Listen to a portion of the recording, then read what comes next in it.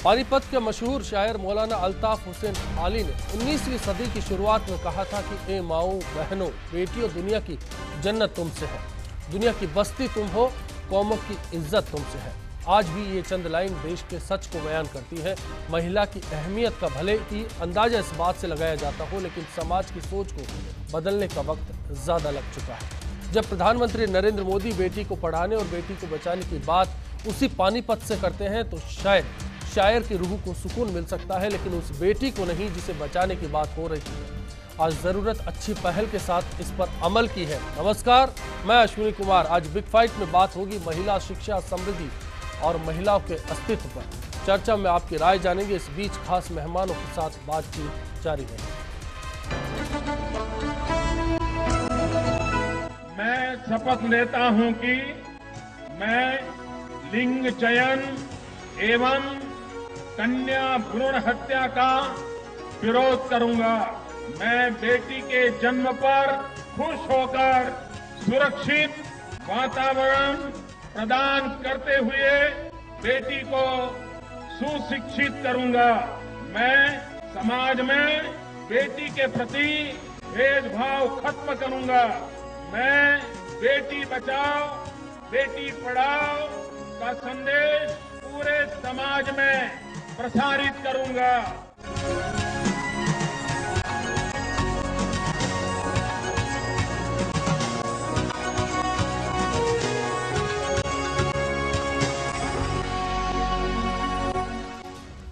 सवाल बेटी को बचाना है। इस इश्यू पर चर्चा के लिए महिला आयोग की अध्यक्ष लाड कुमारी जैन हमारे साथ हैं, बीजेपी नेता ज्योति किरण जी हमारे साथ हैं, कांग्रेस नेता संगीता गर्ग जी हमारे साथ होंगे, वरिष्ठ अधिवक्ता शालिनी अरोन इस बातचीत में हमारे साथ रहेंगे। गांधी ने कहा था कि अगर बदलाव लाना है तो आप खुद वो बदलाव बनिए। You have to be the change. आपको अपनी सोच बदलनी होगी ताकि बहुत देर होने से पहले सुनहरे भारत को, जिसके लिए हम कल्पना करते हैं, सुनहरे दिन की कल्पना करते हैं, महिलाएं और पुरुष दोनों मिलकर उसे साकार कर सकें। माधुरी दीक्षित जिस बात का जिक्र कर रही हैं, दरअसल वो काफी अहम है, इस लिहाज से कि अब कहने की ही नहीं करने की बारी है। जिस रफ्तार से देश में महिला पुरुष लिंगानुपात में फर्क आया है, 2011 की जनगणना के मुताबिक देश में 1000 पुरुषों पर 933 महिलाएं हैं। वो भी तब जब देश में कन्या भ्रूण हत्या और महिला समृद्धि को लेकर कई योजनाएं चलाई जा रही हैं। इसका मतलब है कि करीबन 2000 लड़कियां रोज मारी जाती और ये किसी भी देश, किसी भी समाज के लिए शर्म की बात है। हमने इस योजना के लिए देश के 100 ऐसे जिलों को लिया है जहां स्थिति सबसे गंभीर है। हरियाणा के जिला में 1000 लड़कों के अनुपात में केवल 775 से 837 तक लड़कियां हैं। दरअसल महिलाएं देश के मानव संसाधन का 50% हिस्सा होती हैं, लेकिन शिक्षा की कमी उनसे भारत की प्रगति और विकास का हिस्सा बनने का मौका भी छीन लेती है। इसका मतलब हमारी तरक्की की रफ्तार जितनी होनी चाहिए उससे कम है। जब तक महिलाएं शिक्षा से नहीं जुड़ेंगी तब तक समाज पर इसका असर नेगेटिव पड़ेगा। 2011 की जनगणना के मुताबिक भारत में साक्षरता के मामले में पुरुष और महिलाओं में काफी अंतर है। जहां पुरुषों की साक्षरता दर 82.14 है, वहीं महिलाओं में इसका प्रतिशत केवल 65.46 है। यानी महिलाओं को बचाने के लिए शिक्षा जरूरी है। ऐसे में प्रधानमंत्री नरेंद्र मोदी ने कन्या भ्रूण हत्या के लिए बदनाम रहे हरियाणा को चुना और बेटी बचाओ बेटी पढ़ाओ कार्यक्रम की शुरुआत की। मैं जरा माताओं से पूछ रहा हूं, अगर बेटी पैदा नहीं होगी तो बहू कहां से लाओगे?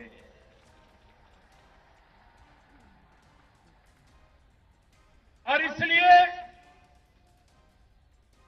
जो हम चाहते हैं वो समाज भी तो चाहता है। शुरुआत को अच्छा कहा जा सकता है। मुल्क की आजादी के बाद से महिलाओं की मजबूती के लिए काफी योजनाएं भी आई हैं। पर सवाल अब इन योजनाओं के कारगर बनने का है। सवाल उस सिस्टम का है जिसके जिम्मे इन योजनाओं को अमल में लाया जाता है। सवाल आपके और हमारे भविष्य का भी है, वरना बेटी की चिंता में फिक्र बेटों की हो रही है, क्योंकि बेटी नहीं हुई तो बेटे के घर बहू नहीं आएगी। सवाल आज इस सोच को बदलकर समाज की जरूरत को समझने का है। बिल्कुल, सवाल बेटियों से जुड़ा है और इस पर बात करना आज जरूरी है। लाड कुमारी जी, सबसे पहले आपका रुख करेंगे और आपसे जानना चाहेंगे, बेटी को बचाने के लिए शिक्षा की बात की जाती है, पढ़ाई की बात की जाती है, तो आपको लगता है ये एक अहम कदम है प्रधानमंत्री की ओर से? ये बात बिल्कुल सही है और इसको स्वीकार करते हैं कि एजुकेशन के साथ साथ माइंडसेट चेंज होना चाहिए और होना पड़ेगा। लेकिन जो आंकड़े हैं और ये जो अभी शुरुआत की है और आज की चर्चा चाइल्ड सेक्स रेशियो पे ज़्यादा आधारित है बेटी बचाने में, जो 0 to 6 की उम्र में है कि बच्चे हैं, उन्हीं का sex ratio child sex ratio है, बाल लिंगानुपात। और ये बाल लिंगानुपात हमारे देश की संपूर्ण विकास की प्रक्रिया में एकमात्र इंडिकेटर ऐसा है जो ड्रास्टिकली डिक्लाइन हो रहा है, गिरता जा रहा है, वो है बाल लिंगानुपात। 1981 में 1000 लड़कों पर 945 लड़कियां थी, 945 जी। लेकिन उसके बाद लगातार 91 में 900 डाउन हुआ और फिर 916 हुआ, फिर 909 हुआ और अभी 2011 के सेंसस डेटा में 888, मतलब 112 लड़कियां 1000 लड़कों पे मिसिंग है। और पूरी पॉपुलेशन में हम यदि इसको मल्टीप्लाई करके देखते हैं तो कितनी ही लड़कियां मिसिंग है, यानी कि वो गर्भ में मारी जा रही है या पैदा होने के बाद मारी जा रही है, फेंकी जा रही है। मतलब चेंज कहाँ आया?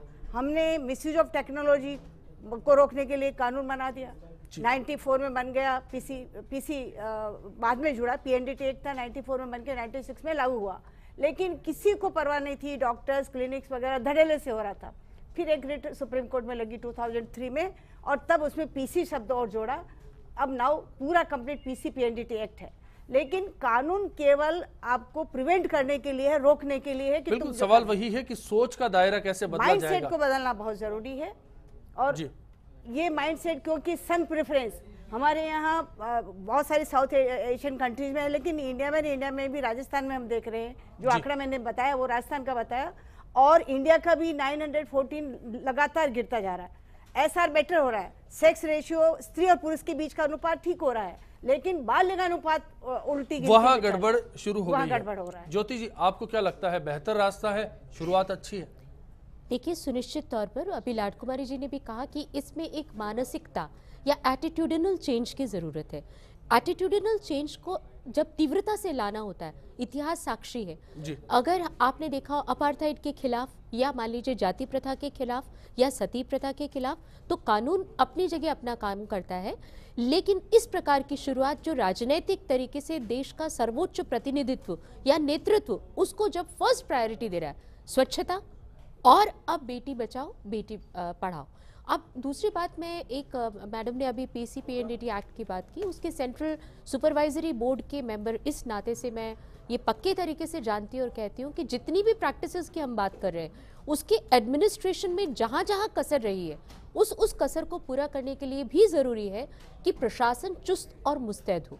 केवल मानसिकता की बात नहीं, कानून और मानसिकता दोनों साथ साथ चलेंगे तब बात होगी। और मुझे लगता है इस दृष्टि से बहुत ही शुभ, बहुत ही उपयुक्त और बहुत ही शानदार शुरुआत है। और आप देखेंगे कि ब्रांड एम्बेसडर इस नाते से भी अगर हम एक ग्लैमरस व्यक्ति को खींच कर लाते हैं ताकि जो जन सामान्य है उसका एक अट्रैक्शन भी बना रहे। बहुत लार्ज पॉपुलेशन थी जिसने इस रैली को आज अटेंड किया। मुझे लगता है ये जो शपथ भी ली गई, ये सब एक संदेश का हिस्सा है। आगे की क्या उन पर असर भी पड़ेगा, इसको भी जानने की देखिए, असर की जहां तक अश्विनी जी बात है, ये एक लंबी प्रक्रिया का बड़ा हिस्सा है। प्रश्न बहुत गहरे हैं और बहुत ही साधुवाद के पात्र हैं आप कि आपने इस विषय को चुना। मुझे बताइए कि एक महिला को एक इकोनॉमिक एसेट के तौर पे, एक वर्किंग पॉपुलेशन के तौर पर नहीं देखा गया साउथ ईस्ट एशिया में, साउथ एशिया में स्पेसिफिकली, उसके पीछे बहुत सारे फंडामेंटल वेरिएबल्स हैं। अब उनकी बात आप डिबेट में जैसे जैसे आगे करेंगे, एक इकोनॉमिस्ट इस मुल्क की तरक्की का जिक्र जरूरी है इसमें। मदन जी हमारे साथ चित्तौड़ से जुड़े हैं कॉलर, बताइए मदन जी। सर नमस्ते। नमस्कार सबसे पहले तो मैं आपको धन्यवाद देना चाहूंगा कि आज आपने बहुत ही अच्छा टॉपिक रखा है। शुक्रिया सर। और सर, मैं यहाँ के जो महिला आयोग के माननीय अध्यक्षा है उनसे मैं राजस्थान के बारे में बताना चाहूंगा कि जब से राजस्थान में ये बीजेपी की गवर्नमेंट आई तब से नंबर 1 राजस्थान में जितने भी सरकारी स्कूल थे उसमें स्कूल में बच्चियों को जो पढ़ने वाली बच्चियां थी उनको व्यावसायिक प्रशिक्षण दिया जाता था, वो इन्होंने बंद कर दिया। नंबर 2, इन्होंने बच्चों को जो 8वीं और 10वीं 12वीं में जो टैबलेट पीसी दिया जाता था बंद आने वाली स्कूलों में, टॉप आने वाली, वो इन्होंने बंद कर दिया। कहना चाह रहे हैं इन योजनाओं के जरिए मजबूती का जो काम हो रहा था वो कहीं पीछे हट गया है? बिल्कुल, स्कूलों की ओर रुझान कम हुआ है। ये फिर अभी ये कौन सी बच्चों का विकास करेंगे और कौन सा क्या करेंगे? चलिए मैं आगे इस बात का जरूर जिक्र करूंगा। शुक्रिया। संगीता जी, आपके पास में आते हैं। इस योजना पर मैं जानना चाहूंगा आपकी क्या राय है? देखिए, चूंकि मैं खुद एक महिला हूं और महिला होने के नाते महिलाओं के लिए हर चीज़ में अपने आप को अपडेट करना हमारी सबकी जिम्मेदारी है। और आप मुझे ये चीज़ समझ में आती है कि आज उद्घाटन जो हुआ बेटी बचाओ बेटी पढ़ाओ, ये बहुत अच्छी पहल है। मैं धन्यवाद देना चाहूँगी प्रधानमंत्री जी को, लेकिन ये चीज़ें सिर्फ कागजी कार्यवाही बनकर रह जाती हैं, क्योंकि पिछले 1 साल के आंकड़े उठाकर देख लें तो कन्या भ्रूण हत्या कहीं ज़्यादा हुई हैं, महिलाओं के साथ रेप की घटनाएं कहीं ज़्यादा हुई हैं। आप जो 1000 पर राजस्थान में जो लाडकुमारी जैन जी ने जो बताया कि 881 का जो रेशो है, ये बहुत ही चिंतनीय विषय है, क्योंकि ये बात बिल्कुल सही है कि अगर बेटियों को मार गिराओगे तो सोचो जरा, अगर बेटियों को मार गिराओगे तो सोचो जरा अपने बेटों को कहाँ ब्याओगे। तो ये बात बिल्कुल सही है, लेकिन उद्घाटन तक ही सीमित रह रहे हैं। पिछले 1 साल में जो भी इन्होंने उद्घाटन किए, सिर्फ उद्घाटन, इसके अलावा कोई इम्प्लीमेंट नहीं हो रहा, कोई काम नहीं हो रहा। हर साल और पिछली जो योजनाएं थी उनका स्तर गिरता जा रहा है। कांग्रेस का मैं आ जाऊंगा उसके बाद। एक बार मैं राय जानना चाह रहा हूँ कि ठीक है, संगीता जी क्या सोच रही है? साल में जो ये कांग्रेस का क्लासिकल एटीट्यूड है, हम पॉलिटिकल ना बनाए। बिल्कुल संगीता जी और ज्योति जी, मैं आप दोनों को रोकना चाहूंगा क्योंकि मसला काफी संजीदगी है। सुरक्षा योजना जो कांग्रेस की देन थी। संगीता जी, बिल्कुल मैं आपको रोकना चाहूंगा बीच में। इटली से जी, इटली से कॉलर जुड़े हमारे साथ में, राम किरोड़ीवाल जी हमारे साथ हैं। बताइए आपका क्या कहना है?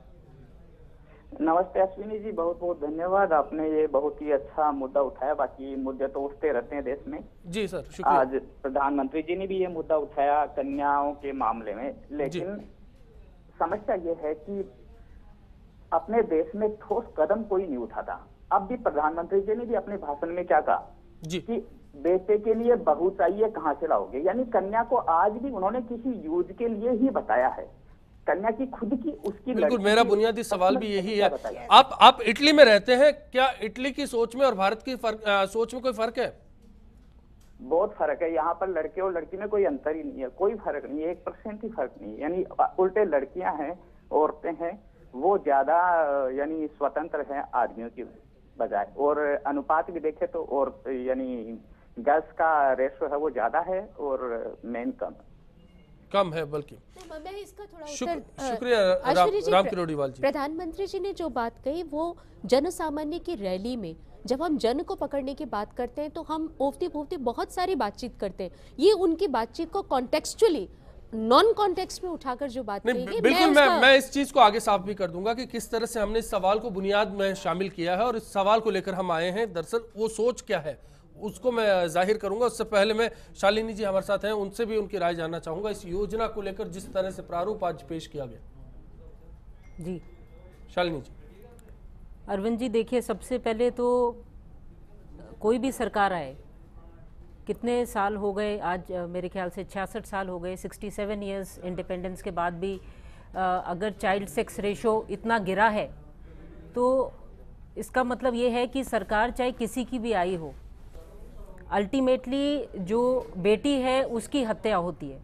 और सबसे दुख की बात यह है कि जिस बच्ची की हत्या, चाहे वो किसी भी स्टेज पे हो, चाहे वो फीटस के रूप में हो, चाहे वो इन्फेंटिसाइड के रूप में हो, चाहे वो नियोनेटल स्टेज पे हो जी, उसकी हत्या उसके घर वाले ही करते हैं सबसे पहले।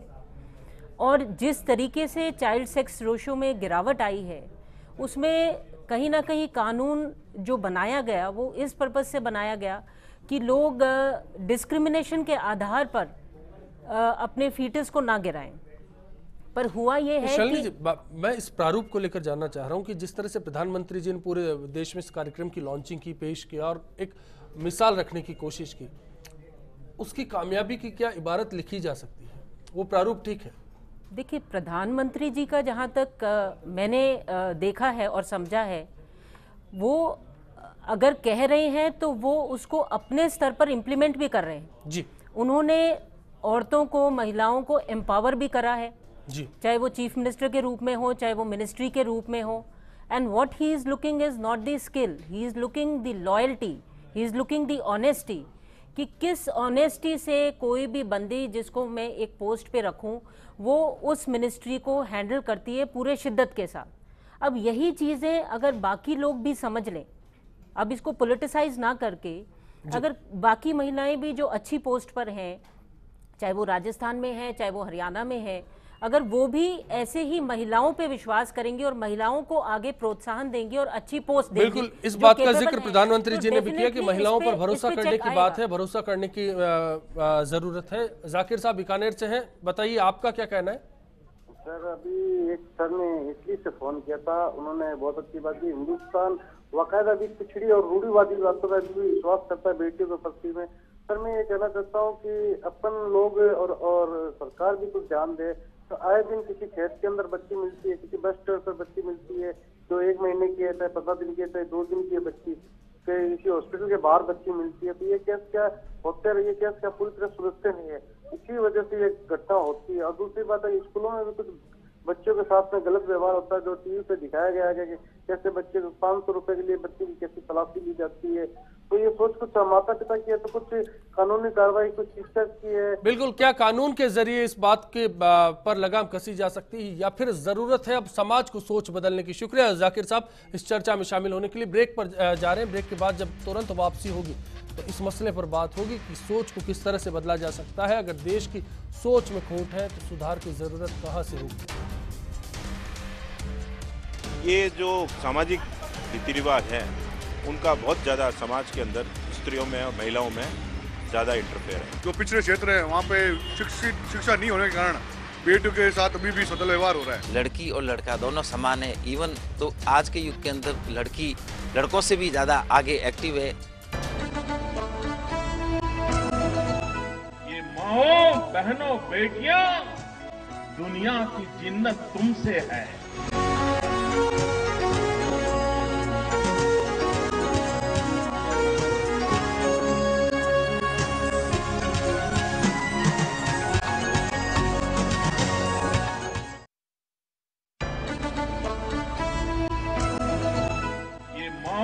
बहनों, बेटियां, दुनिया की जिन्नत तुमसे है।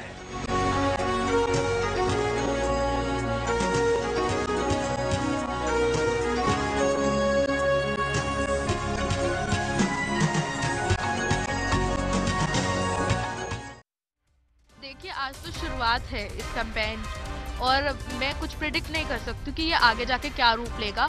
अगर पिछली बार की तरह ये कैंपेन्स चलते रहे तो वही आउटपुट होगा कि एक बार हम कैंपेन करते हैं, हम लेक्चर देते हैं। आंकड़ों के अनुसार लड़कियों की संख्याएं दिन ब दिन घटती जा रही है और this is very alarming, it's a warning there. और इसीलिए मुझे गर्व है कि हमारी नई सरकार ने पहले ही साल में बेटी बचाओ बेटी पढ़ाओ योजना की शुरुआत की है। एक माँ, एक बेटी, एक बीवी, एक बहन के नजरिए से मुझे इस प्रोग्राम से बहुत उम्मीद है। उम्मीद है कि देश में और बेटियां पैदा होंगी। उम्मीद है उन्हें इतना प्यार, सम्मान और शिक्षण मिले, इतने मौके मिले कि वो हमारे देश को दुनिया में प्रथम देश बना दें। अब हम इस मुकाम पर खड़े हैं जहां महिलाओं का अस्तित्व खतरे में पड़ गया है। हमारे समाज में महिलाओं पर अत्याचार होता रहा है, परंतु पिछले कुछ सालों से सबसे बड़ा अत्याचार जो सामने आया है वो है कन्या भ्रूण हत्या। हम किसी भी तरह से अपने आप को 21वीं सदी के नागरिक कहने के अधिकारी नहीं है।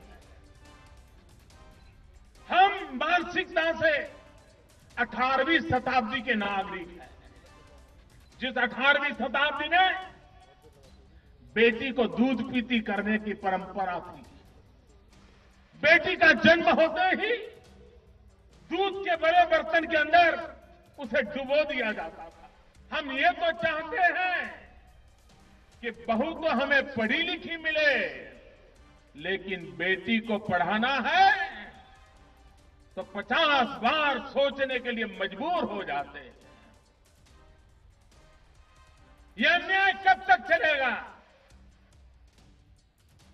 ये हमारी सोच में ये दोगलापन कब तक चलेगा? अगर बहू पढ़ी लिखी चाहती है तो बेटी को भी पढ़ाना ये हमारी जिम्मेवारी बनती है।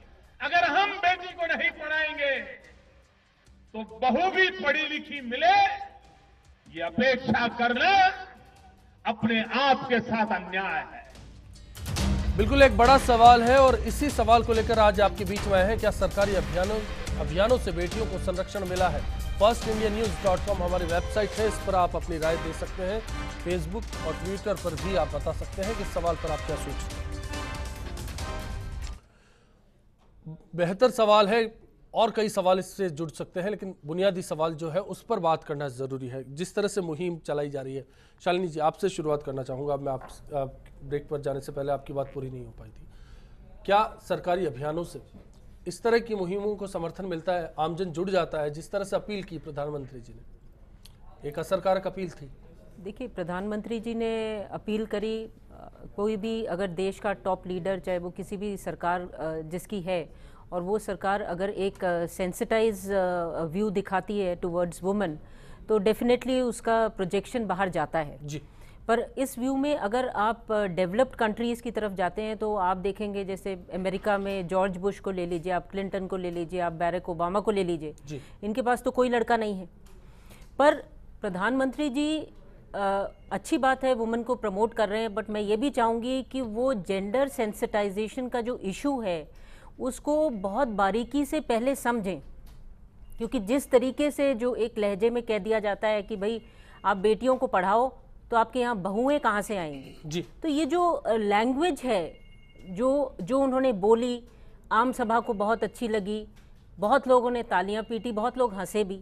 ये एक जो सेकंड लाइन है, according to me this is a gender based जी। और जेंडर बेस्ड को समझने के लिए सेंसिटाइजेशन प्रोग्राम, एजुकेशन लड़कियों की बजाय लड़कों को बहुत ज़रूरी है, फादर्स को बहुत ज़रूरी है और समाज के हर उस आदमी के लिए ज़रूरी है, क्योंकि अल्टीमेटली जब लड़कियों का रेशो कम हो रहा है तो कहीं ना कहीं जो परिवार का मुखिया, जो कि ज़्यादातर 80% जनता गांव में है, आदमी होता है, उसको ये समझाने की ज़रूरत है, उसको ये एजुकेट करने की ज़रूरत है। इससे आगे कुछ कहना चाहेगी? इसको किस तरीके से पेश किया जा सकता है?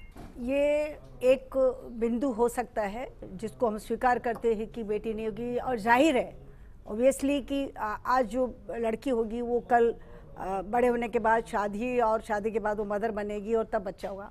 ये चिंतन का विषय है कि यदि वो लड़की नहीं होगी, कल वो बहू नहीं होगी, आखिर में बेटा भी तो आपको पैदा करके देने वाली वो एक महिला है, औरत है, स्त्री है। ये एक बहुत ज़बरदस्त विचारने विषय है कि अभी भी हम मूर्खता क्यों कर रहे हैं। लेकिन यहाँ मैं और कुछ अपनी बात जोड़ना चाहती हूँ कि वो एक बिंदु है कि बेटी नहीं है तो बहू कहाँ से लाओगे। मैं इससे बहुत ज़्यादा इत्तेफाक नहीं करती हूँ। मेरी मर्जी है, मैं शादी करूँ नहीं। तो आज अब जो जनरेशन आ रही है और जिस तरह का हमारा सोशल सिस्टम बना हुआ है, जिस तरह के कस्टमरी लॉज हैं, जिस तरह का एट्रोसिटीज़ अगेंस्ट वीमेन चल रहा है, वायलेंस अगेंस्ट वीमेन चल रहा है, जेंडर डिस्क्रिमिनेशन कदम कदम पर इतना ज़बरदस्त है कि हमारे लॉ, इवन जुडिशरी में मैं हमेशा जेंडर बाइसनेस देख रही हूँ कि मदर को गार्जियन नहीं माना। वो तो बाद में वंदना सिवार, गीता हरिहरन की रिट सुप्रीम कोर्ट में लगी और फरवरी 99 में उसके अंदर ये री इंटरप्रिटेशन हुआ कि mother could be the guardian of the minor child up to the age of 18 years at power of father. वरना 99 से पहले माँ को 5 साल के बाद बच्चे की गार्जियन भी नहीं मान रहे थे। तो जड़ में जो है मूल रूप से वो ये जेंडर डिस्क्रिमिनेशन है। एक एक पल और एक एक कदम पर हम जब तक इस लैंगिक असमानता को दूर नहीं करते हैं, मैं कहूँ कि लड़की केवल शादी होने या बच्चा पैदा करने की फैक्ट्री मात्र नहीं है। मैं यहाँ पर जितनी गहराई से आप इस बात को बोल रही हैं, क्या वो सिस्टम इस बात को समझ पाता है? जो मकसद है प्रधानमंत्री नरेंद्र मोदी का, क्या हमारे अफसरान उस बात को समझ पाएंगे? ये एक बड़ा सवाल। किसी को कोई लेना देना नहीं है। देखिए, जब अब मान लीजिए ठीक है कि माइंडसेट था, पेट्रियार्की थी, कल्चर बेस्ड क्राइम हमारे यहाँ पर ये सब कुछ हुआ, सन प्रेफरेंस लड़का होना चाहिए, क्यों होना चाहिए, क्या कोई चैलेंज नहीं कर सकता। लेकिन इन सब के साथ साथ जो चीजें कि लड़की का अपना एक वजूद है यहाँ की राजनीति में, उसकी बात करिए, आपकी इकोनॉमी में उसकी बात करें, यहाँ के पर्यावरण में उसकी बात करें, होल सिस्टम में केंद्र में महिला को, लड़की को रख करके देखिए। केवल एक कोने पर बात उठाने से नहीं बात होगी। एजुकेशन, और ये बात सही कही कि एजुकेट करने की जरूरत है। जो डिस्क्रिमिनेशन करते हैं उस माइंडसेट को बदलने के लिए एजुकेट करने की जरूरत है। हमारे यहाँ देखिए आप जो आदिवासी एरिया था वहां पर sex ratio, child sex ratio बहुत अच्छा था।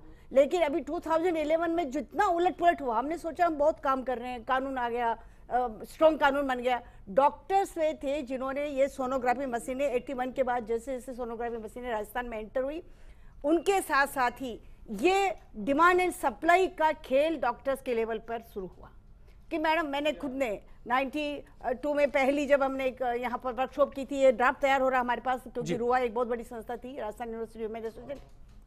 डॉक्टर्स ने कहा कि अरे मैडम आप जाइए समाज में जाइए, this social demand from society. लेकिन समाज ने उस मैसेज को नहीं लिया ना। नहीं, तो आपने खेल क्यों खेला? डिमांड और सप्लाई का पूरा खेल जो खेला गया, उसका परिणाम है कि आज पिछले 4 दशक से निरंतर गिरावट आ रही वो लड़कियों में। ये एक बड़ा सवाल है। कृष्णा कोरानी जी जयपुर से हमारे साथ जुड़े हैं। कृष्णा जी, आप कुछ कहना चाहेंगे?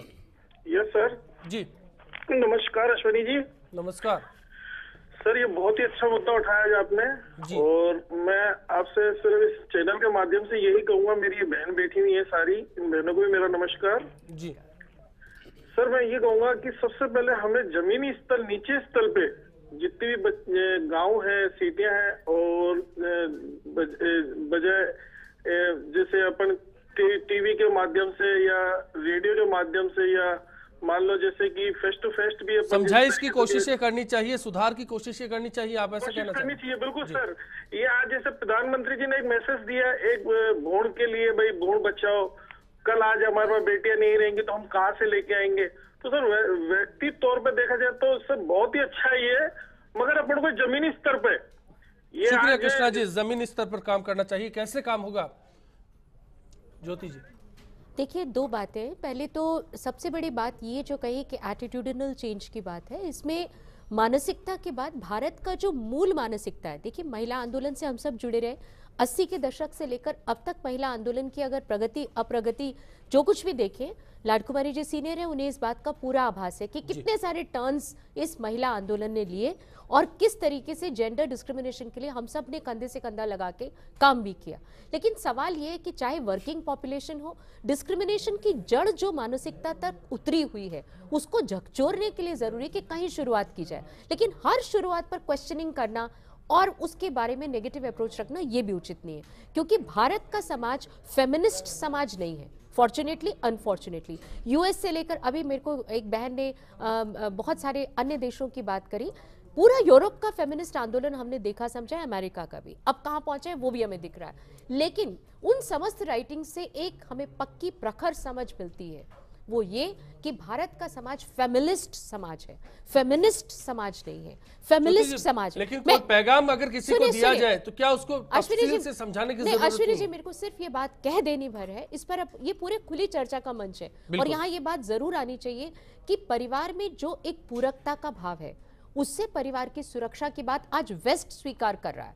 आज चूंकि वेस्ट स्वीकार कर रहा है तो we are talking about it, लेकिन आज से 10 साल पहले महिला आंदोलनों में जो प्रश्न थे वो बिल्कुल अलग थे। मैं पूरी तरह से सहमत हूं कि कानून और उसकी सहकारिता से ये बात और सामाजिकता से भी रुकनी चाहिए, लेकिन जमीनी स्तर यानी क्या?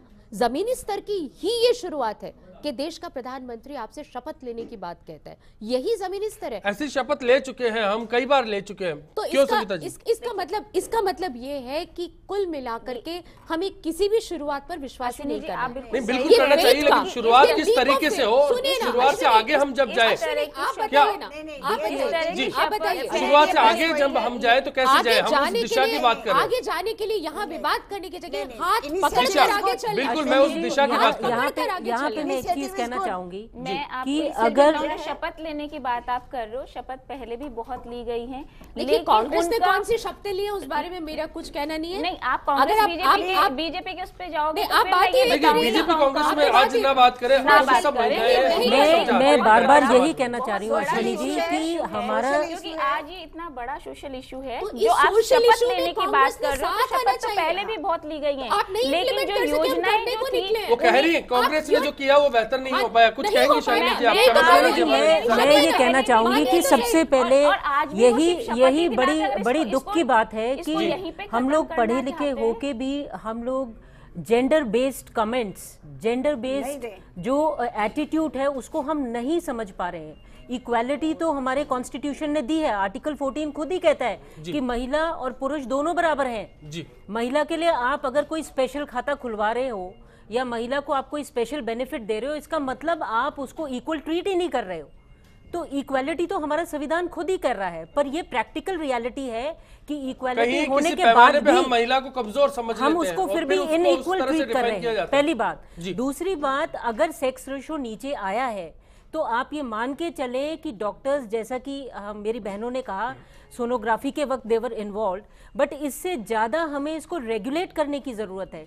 ऐसा क्यों नहीं हो सकता कि हम लोग इसको लीगलाइज करें कि जो आदमी सेक्स पता करना चाह रहा है वो आए, वो सेक्स पता करे, पर उसका एक ट्रैक होगा, उसका एक ट्रैकिंग सिस्टम होना चाहिए। नेपाल में ऐसा होता है। जो महिलाएं डिलीवरी करती हैं हॉस्पिटल में, उनको post delivery there should be a checkup. नहीं, चाइल्ड ट्रैकिंग के बाद पिछली बार, चलिए चमन आरा जी ब्यावर से वार्ता थे, उनकी राय भी मैं सुन लेता हूँ। मैं आऊंगा ज्योति जी आपके पास। छोटी सी बात बस जोड़नी कि जहां तक हमारी राज्य की महिला मुखिया की बात है, हमने तो आर्थिक यूनिट के तौर पर भामाशाह योजना में परिवार का मुखिया महिला को माना है। इससे बड़ा संदेश क्या देंगे हम? देखिए, मैं एक चीज, चमन जी आप अपनी बात कहिए। एक चीज, नमस्कार।